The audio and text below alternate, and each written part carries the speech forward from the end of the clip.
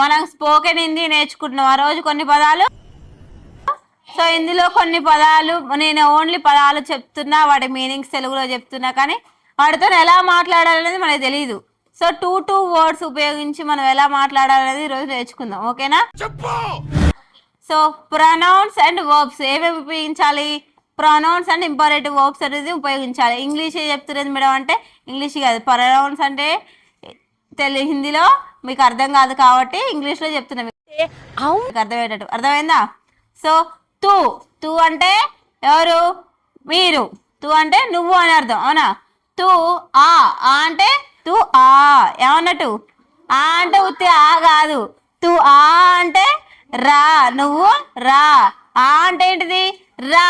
ఆ అంటే ఏంటిది? రా. తూ ఆ అంటే నువ్వు రా. ఆవో ఆవో అంటే రమ్ము, ఆవో అంటే రమ్ము. తుమ్ ఆవో, రా అనే పదానికి తూ వచ్చింది, అవునా? వర్డ్ ఫార్మేషన్ ఆ అనే పదానికి తు ఆవో అన్నాం. తుమ్ అనే దానికి ఏమనాలి మనము? తుమ్ ఆవో అనాలి. ఏమనాలి? తుమ్ ఆవో, మీరు రండి అని అర్థం. తుమ్ ఆవో అంటే నువ్వు రా లేదా మీరు రండి. ఆపు ఆపు ఆయియే, ఆయి అంటే ఏంటిది? రండి అని అర్థం. ఆయి అంటే రండి. తుమ్ ఆపు ఆయియే, తుమ్ ఆవో అంటే రమ్ము, మీరు రండి, మీరు రండి అని అర్థం. ఆయి అంటే రండి, ఆయి అంటే రండి. తు ఆపు ఆయియే, ఆపు ఆయియే. జా జా అంటే వెళ్ళు, తు జా, తు జా నువ్వు వెళ్ళు. తుమ్ జావో, తుమ్ జావో నువ్వు వెళ్ళు, నువ్వు వెళ్ళండి, మీరు వెళ్ళండి. ఆపు జాయియే, ఆపు జాయియే, మీరు దయచేసి వెళ్ళండి, మీరు దయచేసి వెళ్ళండి. నెక్స్ట్ కా కా అంటే ఏంటిది? తిను, తు కా, తు కా నువ్వు తిను. నెక్స్ట్ కావో, కావో అంటే తినండి, తుమ్ కావో మీరు తినండి. కాయే, కాయి అంటే దయచేసి తినండి, కాయి అంటే ఏంటిది? దయచేసి తినండి. తుమ్ ఆప్ కాయే, తుమ్ అంటే ఏమొస్తుంది మనకి? కావో వస్తుంది. ఆప్ అంటే కాయే వస్తుంది. ఆప్ అంటే కాయే, ఆప్ కాయే దయచేసి మీరందరూ తినండి అని అర్థం, ఓకేనా? మీరందరూ దయచేసి తినండి. నెక్స్ట్ పి అంటే ఏంటిది? వాటర్ తాగడం. పి అంటే తాగడం. తుపి, తుపి నువ్వు తాగు, నువ్వు తాగు.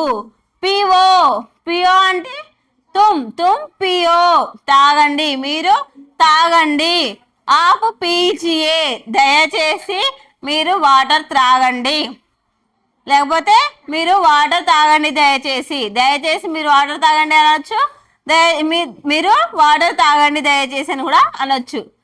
కర్, కర్ అంటే చేయడం, చేయడం ఏదైనా పని చేయడం. తు కర్ నువ్వు చెయ్యి. తుమ్ కరో, తుమ్ కరో నువ్వు చెయ్యి, చేయండి, మీరు చెయ్యండి. తుమ్ అంటే ఏంటిది? మీరు.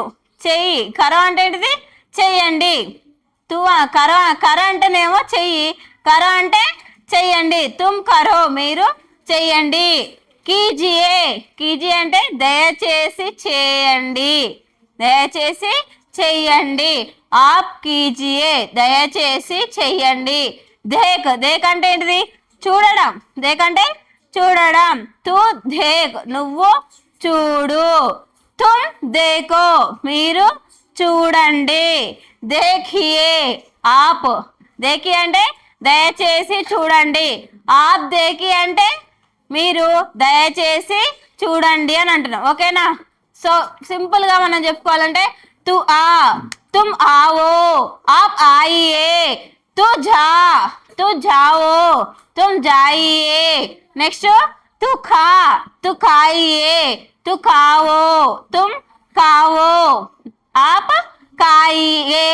नेक्स्ट तू पी, तुम पियो, आप पीजिए. तू कर, तुम करो, आप कीजिए. नेक्स्ट तू देख, तुम देखो, तो आप देखिए, తుమేంటిది देखो, आप देखिए.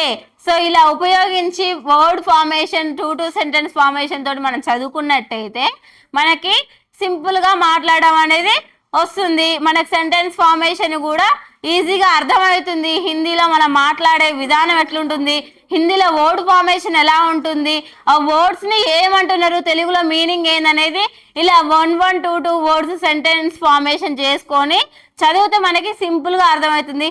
ఇంకా ఉన్నవి అవి నెక్స్ట్ క్లాస్లో డిస్కస్ చేసుకుందాం. ఓకేనా? Understand all of you? సమझिए? Very good.